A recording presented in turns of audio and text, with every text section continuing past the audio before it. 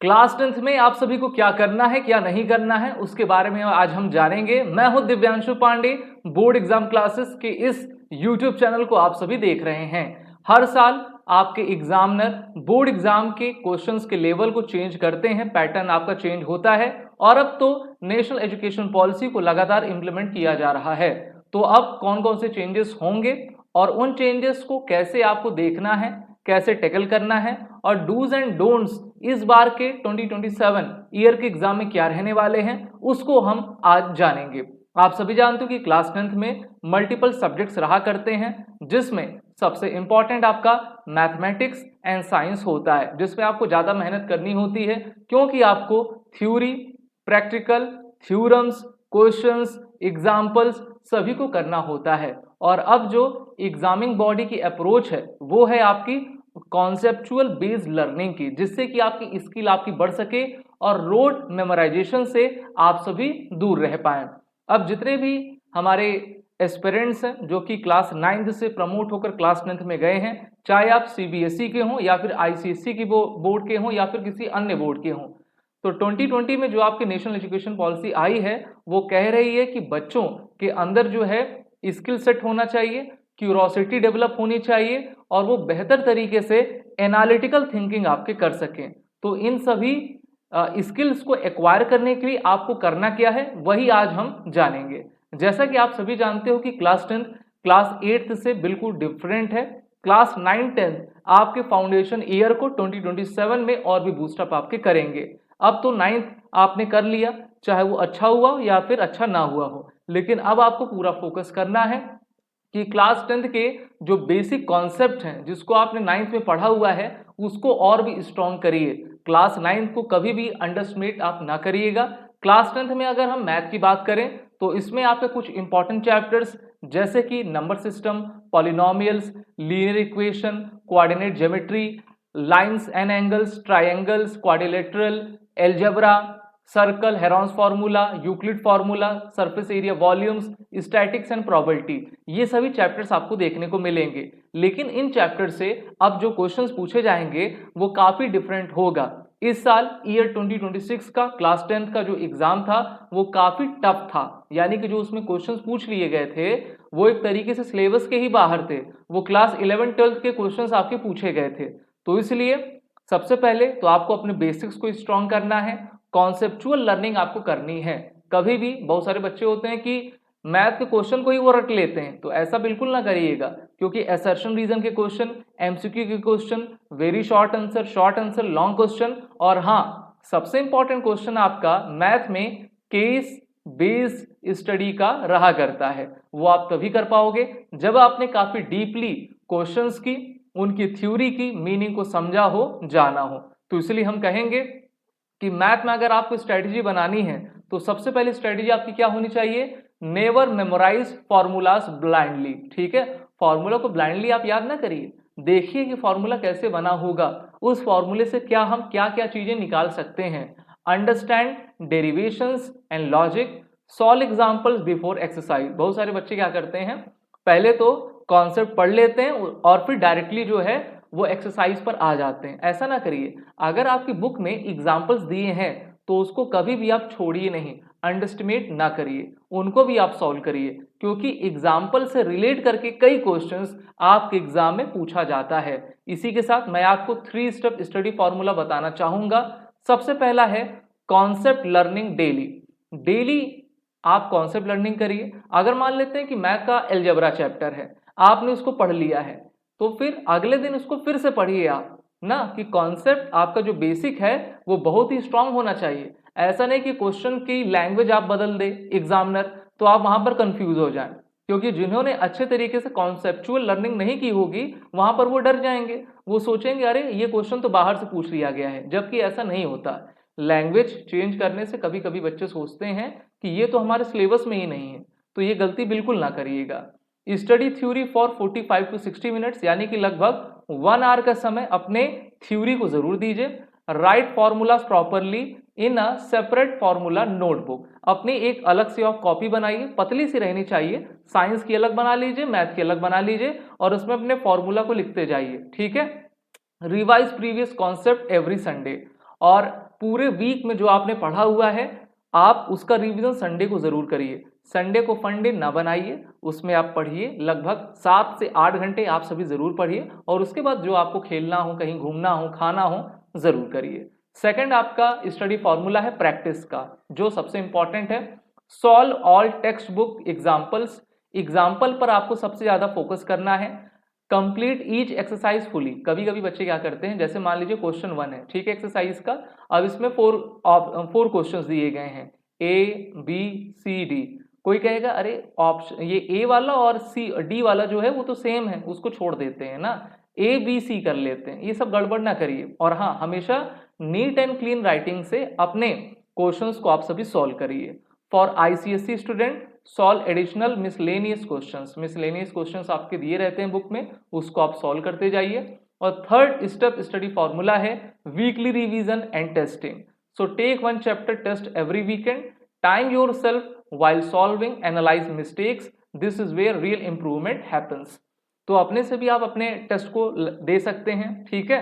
और board exam classes जो आपको कोचिंग प्रोवाइड करता है, वहां पर हम weekly and monthly mock test को किया करते हैं। उसको आप हमारे इस YouTube चैनल से या फिर हमारे ईमेल पर मैसेज करके उसको परचेज भी कर सकते हैं, जहां पर आपकी जो भी आंसर राइटिंग होगी उसको हम देखेंगे और आपको मार्क्स भी देंगे, साथ ही साथ एक्सप्लेन भी करेंगे कि आपने कहां पर क्या गलती की है और आपको इंप्रूवमेंट की क्या जरूरत है। इसी के साथ common mistakes student must avoid. सबसे पहला, ignoring basic chapters like number system, बिल्कुल इग्नोर न करिएगा।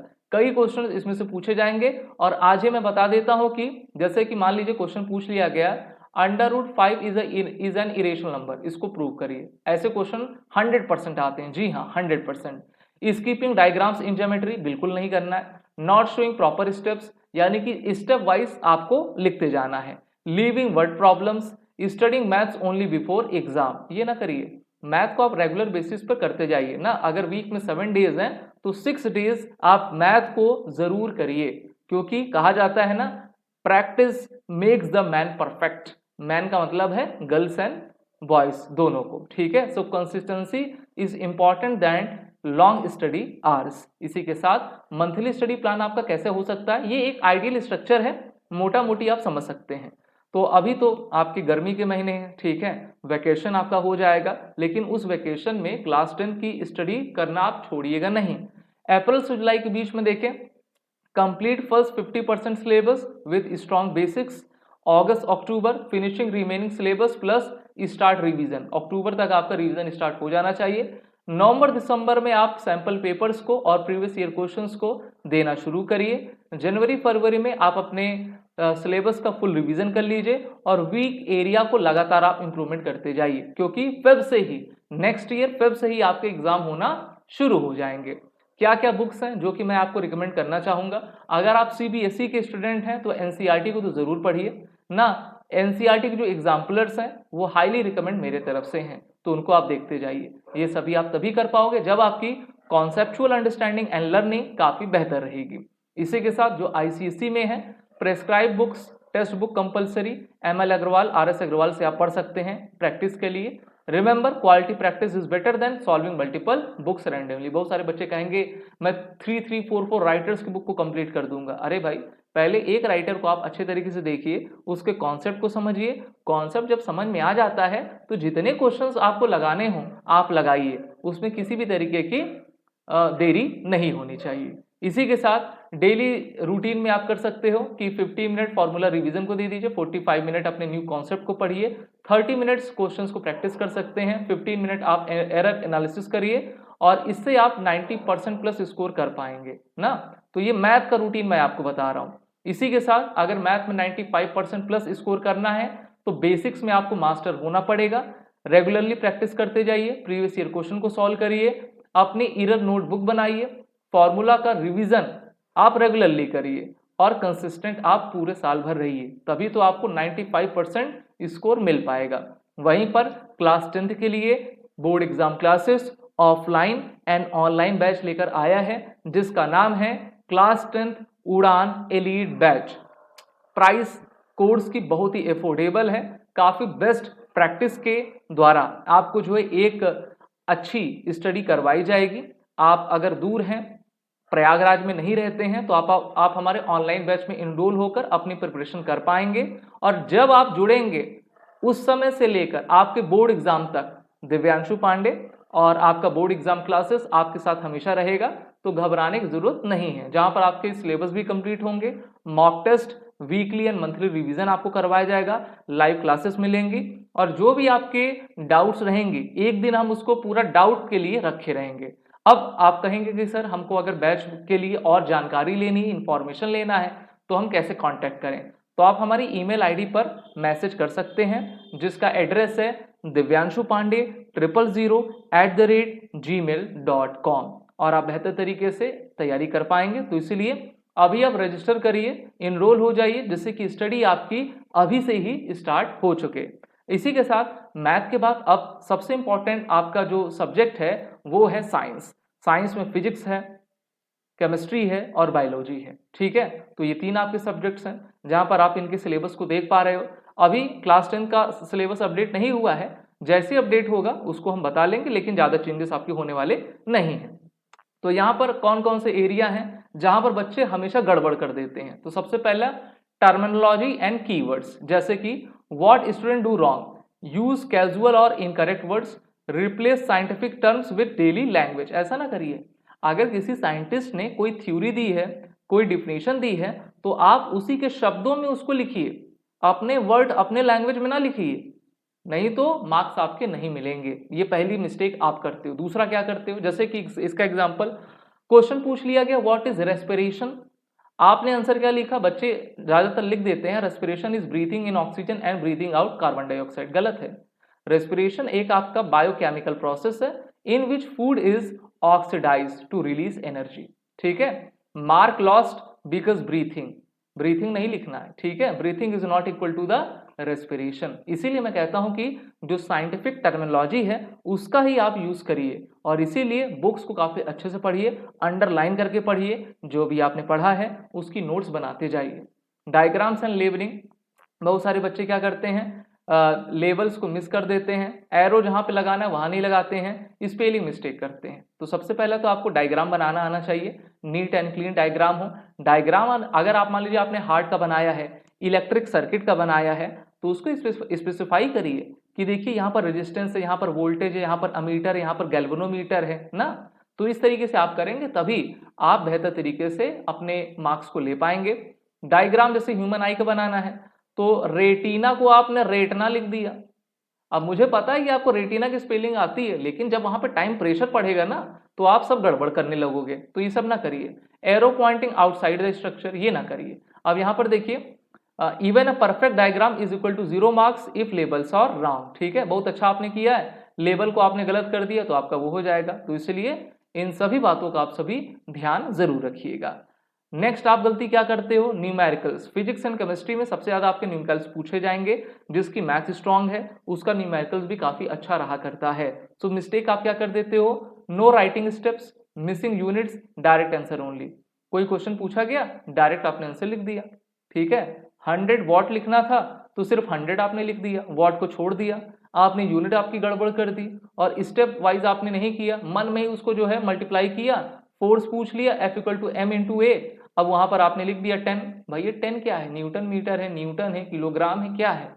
जैसे क्वेश्चन पूछा गया कैलकुलेट रेजिस्टेंस, तो आपने कह दिया रेजिस्टेंस इक्वल टू 5 ओम ना। अब पहले आप लिखो कि क्वेश्चन में क्या दिया है, पूरे क्वेश्चन को नहीं उतारने की जरूरत नहीं है। सबसे पहले आप लिखोगे आपको क्वेश्चन में वोल्टेज दिया है 10 वोल्ट, एम्पियर यानी कि करंट आपकी 2 एम्पियर की है, फॉर्मूला रेजिस्टेंस का R equal to V upon I होता है, ओम्स लॉ से, ठीक है। अब यहाँ पर जैसे आपने लिखा 10/2 इक्वल टू 5 आया और 5 को आपने ऐसे लिखा ओम, ओम की यूनिट ये होती है, तो आपको फुल मार्क्स दिए जाएंगे। इन सभी बातों का ध्यान रखिए। स्कूल में अच्छे तरीके से नहीं पढ़ाया जाता है, हम सभी जानते हैं। स्कूल आप सभी जानते हो, बस टाइम पास करके आ जाते हो।